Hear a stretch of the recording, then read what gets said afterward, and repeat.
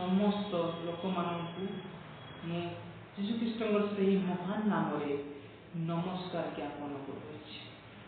आज प्रसंग है मनीष प्रकृति ठार भी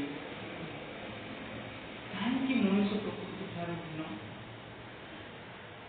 आसतु आम आज देखा मो सहित आप बाइबल खोलु जिरिमिया पुस्तक तार 5 अध्याय 20, 21 और 22 आम देखा आसतु आम पढ़ा तुम्हें माने जाकुब वंश को यही कथा जनाओ और जिहुदा मध्य प्रचार कर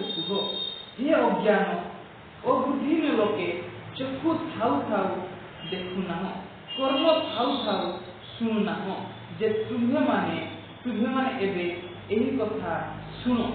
सदाप्रभु कहते तुम्हें माने कि आंभ को भय कर ना समुद्र जेपरी उल्लंघन कर न पार एथिपाई नित्यस्थायी विधिक्रमे तोहिर सीमा रूपे बालुका स्थापन करियछु जे आंबे आंभ साक्षात तुम्हें माने कि कंपमान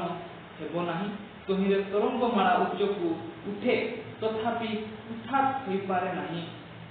कल्लड़ ध्वनि करे तथापि सीमा अतिक्रम करि पारे नाही कहीं प्रभु यही कथा जिहुदा वंश को कहते कहीं प्रभु आज तांको उपरे क्रोधान्वित होउछन कहीं प्रभु सेमान कहउछन हे बुद्धिहीन हे अज्ञानी तुमर कर्म थाओ सुनना हो आखि थाओ देखुना प्रकृति ठार शिख समुद्र ठार शिख मु समुद्र को आ गोटे सीमा दे अछि बोली कहउछन समुद्र मोर कथा माने समुद्र मो अधीन रहे समुद्र मते भय करे किंतु कहीं तुम्हें मान मते भय कर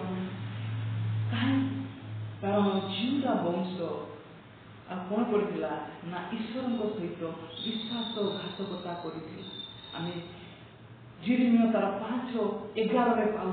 से लेखा अच्छी सदाप्रभु कहती इस्राएल वंश और जिहुदा वंश आम विरुद्ध में अत्यंत विश्वासघातकता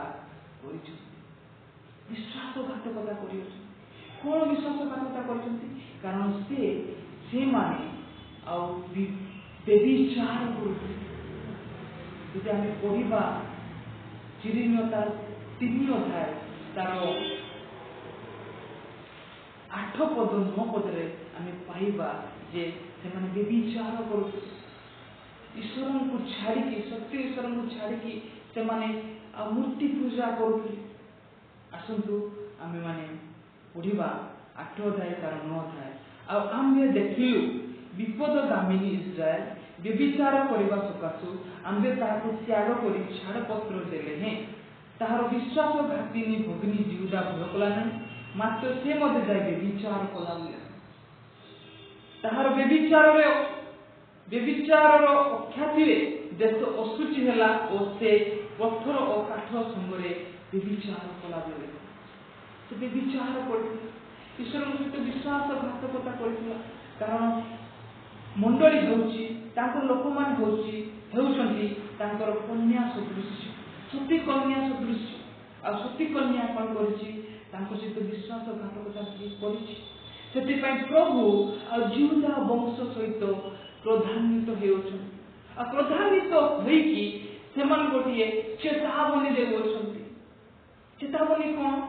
आमे 5 अध्याय से जिरिमिया 5 अध्याय तार 29 रे पाउछु एटी लेखा अछि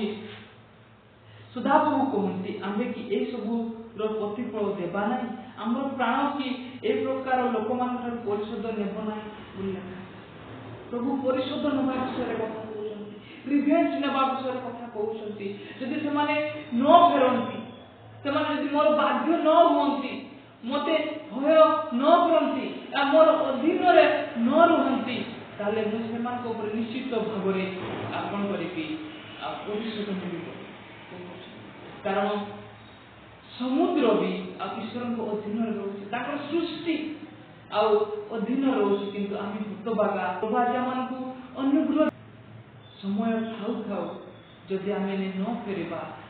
अधीनस्थ को जदि न आसवा समुद्र भाया अधीन आम न रहिबा प्रभु निश्चित भावरे शेष समय आम ठार परिशोध नेबे जेतेबेले आमे जिहुदा वंश को देखुछु जदि आमे आगु को पढ़ी पढ़ी जीवा जेतेबेले तांको सेमाने न फेरिले जेतेबेले तांको अधीन रे सेमाने न रहिले ईश्वर सेमानकु कोन कले ना 70 वर्ष दासत्व अवस्था रे आ बेबीलोन रो हस्तरे टेकी देले शत्रु मानक हस्तरे छाड़ी देले सेमान यदि आम्हे मध्य न रहिबा आउ प्रकृति ठार यदि आमे न शिखिबा प्रकृति किपरि आउ तांकर हस्तरे अधीनस्थरे रहु अछि यदि एमाने न शिखिबा आम्हे मध्य से शेष समय बा प्रभु जो लंबा दौड़ी छाड़ी अछन जेते टाणीबा पूर्व यदि आमे न फेरिबा प्रभु निश्चित भावरे परिशोध नेबे आज समय अछि आज आम मानकु मन परिवर्तन करिवार अछि तांको पाखकु फेरिवार अछि यदि आमे न फेरिबु आमे निश्चित भावरे विचारित हेबु प्रभु स्वल्प वाक्य द्वारा आम समस्तंकु आशीर्वाद करू समस्तंकु नमस्कार।